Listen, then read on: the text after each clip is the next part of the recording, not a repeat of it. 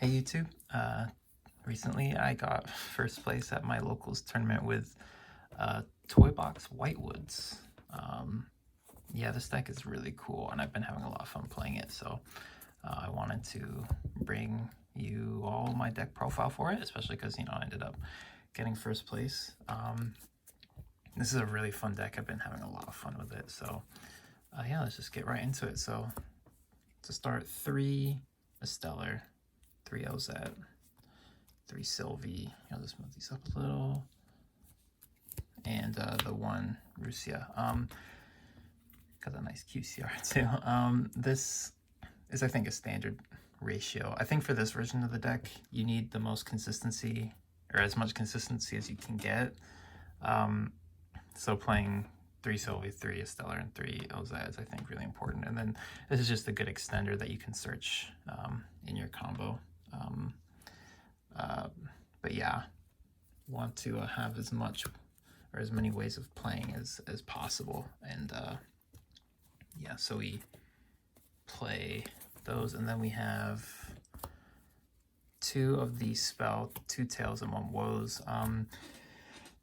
This is like a really good card. The issue is that you to get the search effect, you need an illusion or a spellcaster, as you can see, on field.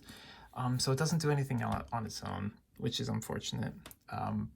But it's still it's a nice card to have, but it doesn't do anything on its own, so I don't want to really play 3 of it. I was playing 3 for a little bit, and then I was siding out the third one a lot, and yeah, just don't. It's just much rather have other cards, but still a good card. Still playing 2. Now for the toy box stuff, we play 3 toy box, 3 soldier, and then 1 toy tank. These cards are insane. You should really read this card. This card's absolutely insane. Once per turn, you can set up to 2 of your toys from hand, deck, field, or grave. So pretty much anywhere except banishment. And it has another effect to destroy up to 2 cards in your spell and trap zone. That's only one or the other. You can only set or destroy. You can't do both. But it's a soft once per turn. So you end up sending this card with your effects, and then you just add it back off the level 8 synchro, and then you can place more. Place 2 toys back in your spell and trap zone again. So that's kind of wild. And also, this won me a game because my opponent decided to attack without reading the first line, which said, when your opponent declares an attack, you can send a face down card you control to the grave to destroy the attacking monster once per turn. So it's just like it does a lot, and it's really good. So Toy Soldier is the best because it searches a light level 4 or toy box if you don't have toy box already, and you can set them as spells and traps, kind of like the artifacts, and they both special summon themselves when sent to grave from being set. Toy Tank's also decent, but it's not as good as Toy Soldier, so it's just a one of. It can special summon a level 6 or lower from hand, or if you control Toy Box from grave. So these cards are like really have really good synergy with the White Force cards because they send spells and traps for cost. So then I'm playing 1 Valkyria and 1 Iris Swordsoul. This is just a good level 4 light extender that we can search, and then Iris Swordsoul we can search with the level 6 synchro. Yeah, it's actually really good at it makes making the Crimson Dragon and just adding more bodies to your end board just even easier. So yeah, decent cards there. We do need consistency, so I'm playing 3 map and 3 pot. Map is good because this is basically just like another copy of a Stellar. It searches a monster with 0 attack, but you can't use its effects unless you normal summon it. So you can't search LZ, or well, you could search LZ with it, but you can't. There's no point because you couldn't use the effect because you have to normal summon the monster to be able to use its effect. So And I guess, well, actually, before I get into this, 2-pot Prosperity. This is just for more consistency because the consistency of this deck isn't incredible. It's decent, but it could be better. And so this isn't ideal in this deck because there's not a lot of stuff in my extra deck I want to get rid of, but sometimes it's just necessary. And then the one Vanadium Reframing Omni Trap, searchable with Visas and Retar in our extra deck. Makes our end board just really, really strong. Then for hand traps, 3 Ash, come on, 3 Veiler, 3 Imperm, and 3 Evenly. I put in Evenly, so I either want to find a way to play more hand traps. So take out Evenly and play more hand traps. Maybe get closer to 15 in this deck. Or turn more of these hand traps into board breakers instead, because going second, this deck is a little fragile. It can be okay, but like your best normal summon, a Stellar, it's pretty weak, or it's pretty vulnerable, I should say, as a normal summon, because it doesn't do anything on summon. It's an ignition effect. So if your opponent has a way to interact with it, it's, it can shut off cards like, where is it? Like Tails, so you can't search if they can get rid of it. It can basically just put you on have LZ in hand, or you're kind of screwed. So yeah, it's something I'm testing with this deck. This deck is like, because it's not the runic version, I'm still workshopping the best way to play it. Also, quick note. This card is searchable with the level 6 synchro, which is absolutely insane. But yeah, that's it for the main deck. Should be 40. Onto the main deck, we have the one level 8, the one Ricilia? I don't know. And then one of the Silver. I haven't got my QCR for this yet, but it's coming. Yeah, these cards are really good. Only need to play one of each because they are so easily recurable. It's like absolutely absurd how easy it is to recur these. This card searches a light spellcaster or white forest monster on summon. So like Iris Sword Soul, Effect Veiler, or any of our white forest stuff. This is like our boss monster. This summons out a Synchro Tuner from our extra deck, and it can add back spells and traps from the grave. One of the craziest things I did with this, I was playing against Runic Stun, and he actually did really well. He got top 16 at the NAWCQ recently with Runic Stun, and I was playing him after he came back, and I opened Feather Duster, and so I Feather Dusted him, and he protected his back row by summoning a Hugin. And then he also had Skill Drain. So I ended up synchroing into this, and then using one of the level 4s to quick effect bounce this to dodge the Skill Drain, and I used this effect to add back the Feather Duster. So I Feather Dusted him twice in one turn, which was pretty funny and really good, and I just won right there. And then I should note, this is a really good form of interruption.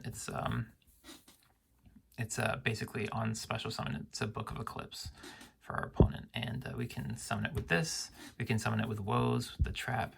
There's a number of ways we can summon it on our opponent's turn. And if you want, you can just, going second, you can summon it to just book everything your opponent has. One Coral and one Triad. This is just level 6 draw engine. Good cards. One Immortal Dragon. So this is part of my own little spice for the deck, which I think makes this deck actually really pretty strong. And I'll take it out right now to show you. It goes along with this. So this is kind of like our replacement for Baron. So it needs a Dark Tuner, and so this is a level 6 Dark Monster and a Tuner. So it's really easy to make this in our deck. But so basically what this does is it gives us a monster effect for each attribute in our grave. And so because this deck is full of light monsters, we make this as our 5th summon. before we continue to combo off like crazy. And so basically we have a nib negate. And also into like the meta, you'll have like a light negate for like Fiendsmith cards and like a dark negate with this engrave for like a Diabell star, or if you're playing against Ubel, any of their Ubel, any of the Ubel cards, because they're all dark. And then sometimes you can get like an Ash Blossom engrave, and so this will be a fire negate too. So Snake Eye Ash, negate and destroy. So it's actually really, really strong, and I haven't seen anyone else on this. It's really good. One Crystal Wing, one Amritara. Gotta get this in QCR now too. Crystal Wing is just a Crimson Dragon target. You technically can hard make it, but it's kind of like difficult too. It's a little off the normal line. Not usually worth it, other than just using Crimson Dragon. So yeah, and this searches the counters trap. So then Chaos Angel, I packed this ulti actually from getting first place at the the tournament, at the OTS tournament. So yeah, I went 4-0, got this. This is a great upgrade for, or a rarity upgrade for my deck. Really strong card in this deck. I'm playing one side.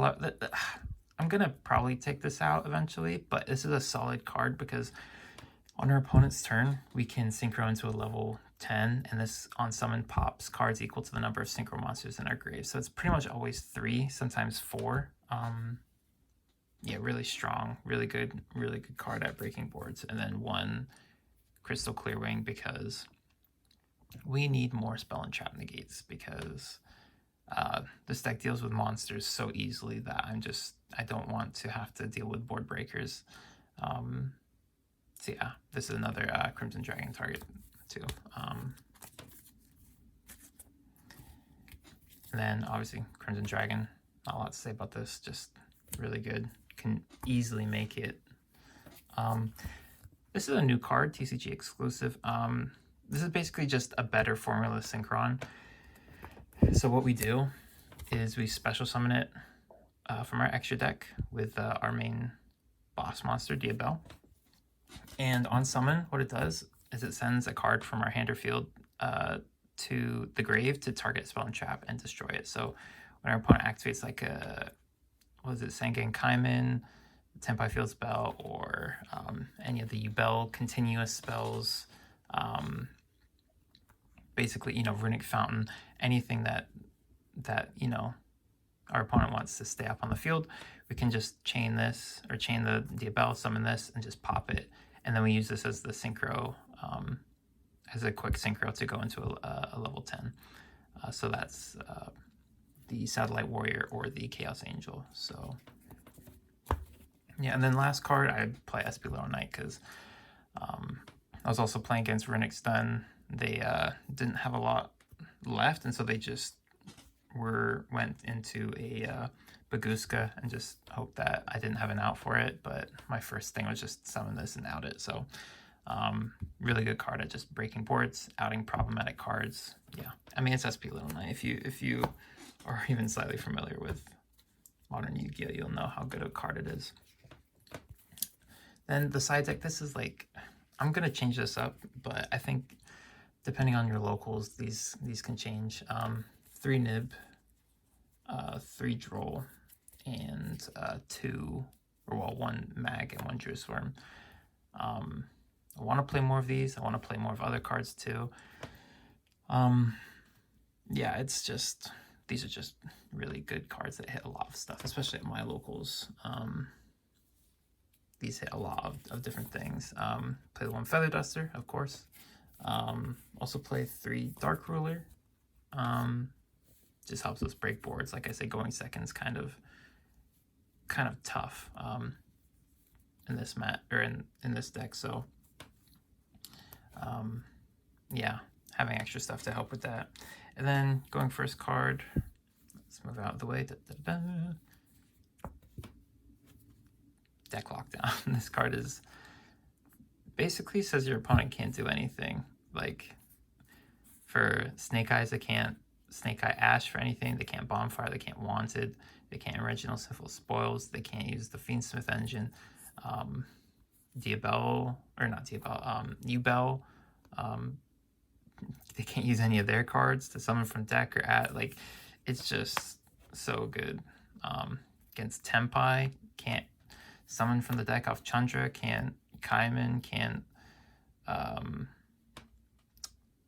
is Kaiman the quick play? I don't remember. They can't use the quick play or the field spell. Can't Hydra, can't use the new one to summon from deck. Like, it's just such a strong card, especially right now. So yeah, that's it. This is gonna change up a little bit, but I think right now these are some decent cards. I think maybe taking out something for like Cosmics. I think Cosmics would be really good in this deck, or well, I should say in the format right now. And also you can add spells and traps back from the grave with good old Diabel. So yeah, that was my Whitewoods toy deck profile. I hope you enjoyed it. This deck is like really fun. I'm gonna continue like cooking with it. I'm probably not gonna try the runic version. I know the runic version is good and solid, but it's just not my cup of tea, I think. I got rid of my runic cards a while back. I enjoyed playing things like Runic Sprite for Hire and stuff, but probably not going to go back to it. And especially, you know, maybe some of the runic cards are going to get hit. So, although they might not, you never know. But yeah, I hope you enjoyed. Let me know any thoughts that you have on the White Forest deck. And yeah, I hope you have a good rest of your day. Peace.